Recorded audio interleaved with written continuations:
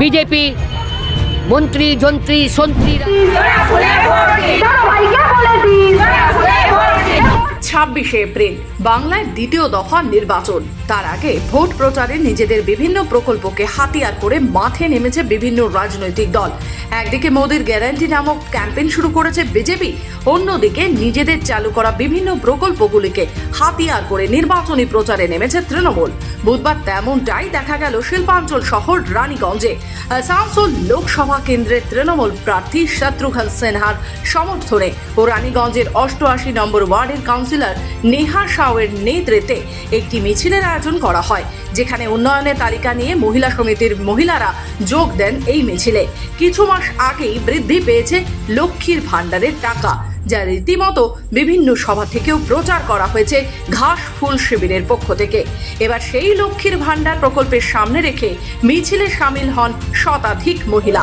আসন্ন লোকসভা নির্বাচনকে কেন্দ্র করে জোর কদমে চলছে প্রচার, এবং তেমনটাই দৃশ্য দেখা যাচ্ছে রানীগঞ্জেও, যেখানে 88 নম্বর ওয়ার্ডের কাউন্সিলর যিনি আছেন নেহা সাউ, সেই নেহা সাউ মহিলা সমিতিকে নিয়ে পুরো জোর কদমে প্রচারে নেমে পড়েছেন রানীগঞ্জে। এটা রাজবাড়ি মোড় থেকে স্টার্ট করলাম, দালপাটি মোড়ে শেষ করব। কতগুলো মহিলা আগমন হয়েছে আজকের এই মিছিলে? আজকে এই মিছিলে মিনিমাম 800 থেকে 1000 মহিলা ছিল আমাদের মিছিলে।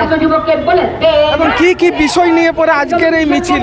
আজকে আমাদের মেন বিষয় হচ্ছে লক্ষ্মী ভাণ্ডার। দিদি যেটা বলেন সেটা করেন। দিদি বলেছিলেন যে লক্ষ্মী ভাণ্ডার 500 থেকে 1000 টাকা হয়ে যাবে এপ্রিল মাস থেকে, সেটা করেছেন। তাই আমরা দিদিকে ধন্যবাদ জানাই। আর ধন্যবাদ জানাবার জন্য আজকে এই মহিলা সমর্থনরা মিলে পড়ে আমরা মহিলা তৃণমূল পক্ষ থেকে, রানীগঞ্জ মহিলা তৃণমূল পক্ষ থেকে আজকে আমরা এটা মিছিল বার করেছি। রানীগঞ্জের রাজবাড়ি মোড় থেকে শুরু হয় এই মিছিল, শেষ হয় রানীগঞ্জের ডালপট্টি মোড়ে। এদিন এই মহিলা মিছিলে উপস্থিত ছিলেন মহিলা তৃণমূল কংগ্রেসের জেলা সভাপতি অসীমা চক্রবর্তী।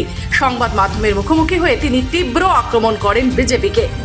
বিজেপি মন্ত্রী যন্ত্রী সন্ত্রীরা এসে আপকি বার 200 পার দিদি ও দিদি, তখন কিন্তু মহিলারা তার জবাব দিয়েছিল গণতান্ত্রিক পদ্ধতিতে যে দিদিকে ভালোভাবেও ডাকা যায়, এই কটাক্ষ তাদের শুনবো না। আর ওদের মুখের ভাষা ভীষণ খারাপ, ওরা মহিলাদেরকে সম্মান দিতে জানে না। কার দখলে থাকবে দিল্লি?